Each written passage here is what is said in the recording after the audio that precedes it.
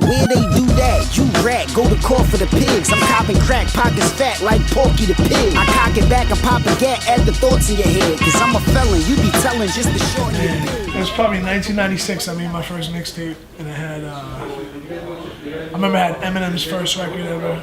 It was called Just the Two of Us. Not the 97 Bonnie and Clyde, the first version of it with the actual sample from Just the Two of Us. Gangstar Work was on it. Even this static, past the order. My mixtapes have changed through time. Like back in the day, I used to have like a lot of complex blends and like intros. Really a lot of different influences like Greenland and Clinton Sparks is like one of my good friends. But the way we were doing intros back then was really unique. And the way like Primo used to do, like Preem's pretty much one of my biggest influences all the way around. Now it's different. When I do a mixtape now, it's more production based, and I kind of fell back with all the crazy scratching. We're in a different world now. I still cut on shit more than anybody, but people don't want to hear all this crazy, like bringing it back 100 times and shit, Stop looking, listen, boys. One of the Nas mixtapes I did, or man, I don't know. I like the Look of Love series though. Yeah, I was gonna say my personal favorite is probably the Nas Prophecy Volume 1. I think that was just such a revolutionary mixtape because it was like people love Nas so much, you know what I mean? But sometimes you love an artist, but you don't get to hear him exactly how you want to hear him.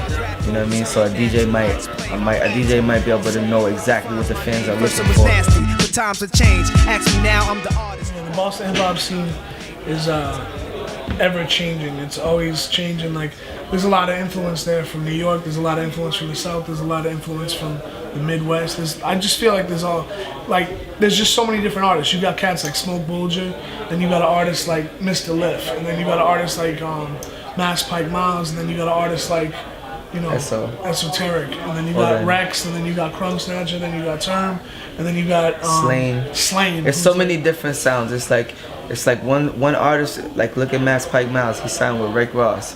So he's gonna sound like whatever Rick Ross is doing, more like R&B, Diddy, big records. Then you got Mr. Liff, who's like totally underground, you know what I mean, against the government type hip hop. And it's like we can all live in this one society and all get along. We all rap the same thing, Boston, but the sounds are totally different and shit. It's crazy. Yes. I don't think people mention East Coast rap anymore. Like New York, now we're looking. I think the East Coast is looking better than ever with what me and Term got going on, with Joel, blowing up, signed to Shady. The whole Slaughterhouse. Yeah, the whole. There's some new talent in New York now. Corey Guns got signed. There's a lot of things always going on in New York. You know what I'm saying? But Pittsburgh's starting to blow up. I say definitely the East was in the shadow for a while. When I was a kid, my mom was dating this guy. His name was Free. Shout out to Free. And he used to rap a lot, not professionally. He just sold crack, and he would stand in front of the building selling and doing his thing, in the early 90s, like 91, 92 time.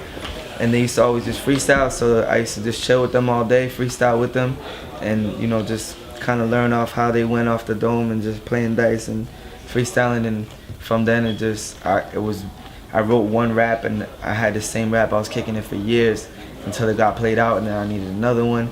And then like Wu-Tang came out in like 93, and I would follow them and love their music and just rhyme to their beats until I started writing my own tracks to other people's beats, eventually doing demos, and never stopped. The Jets are bullshit. I think record labels are bullshit. Except Show Off. All of them. Except Show Off. Even the ones we own. I own ST Records, he owns Show Off. Fuck them. I heard they don't pay their artists. 1982. I'll start it off. I think Gangstar is, if not the one, definitely one of the top, 2, 3, 5, you know what I'm saying? Mobb Deep, Outkast, EPMD, Eric B. and Rakim, P-Rock and CL Smooth, 1982, all those guys. There's a lot, man. Cool G rapping Polo. Yeah. AZ and Nas. Capone and Noriega. Yeah. I think the reason why those names that we said are some of the best is because they made the most impact on hip hop as a two-man group, or they made the best music or best albums, best singles, best trends. You know what I'm saying? The best duo ever. What do you think, Stat? Maybe Mark Anthony and J-Lo. That's a pretty good duo. Jay-Z and Beyonce, that's a good duo. Peanut butter and jelly, that's pretty good. KG and Paul Pierce. Weed and Dutch Masters. Mike and Pippin.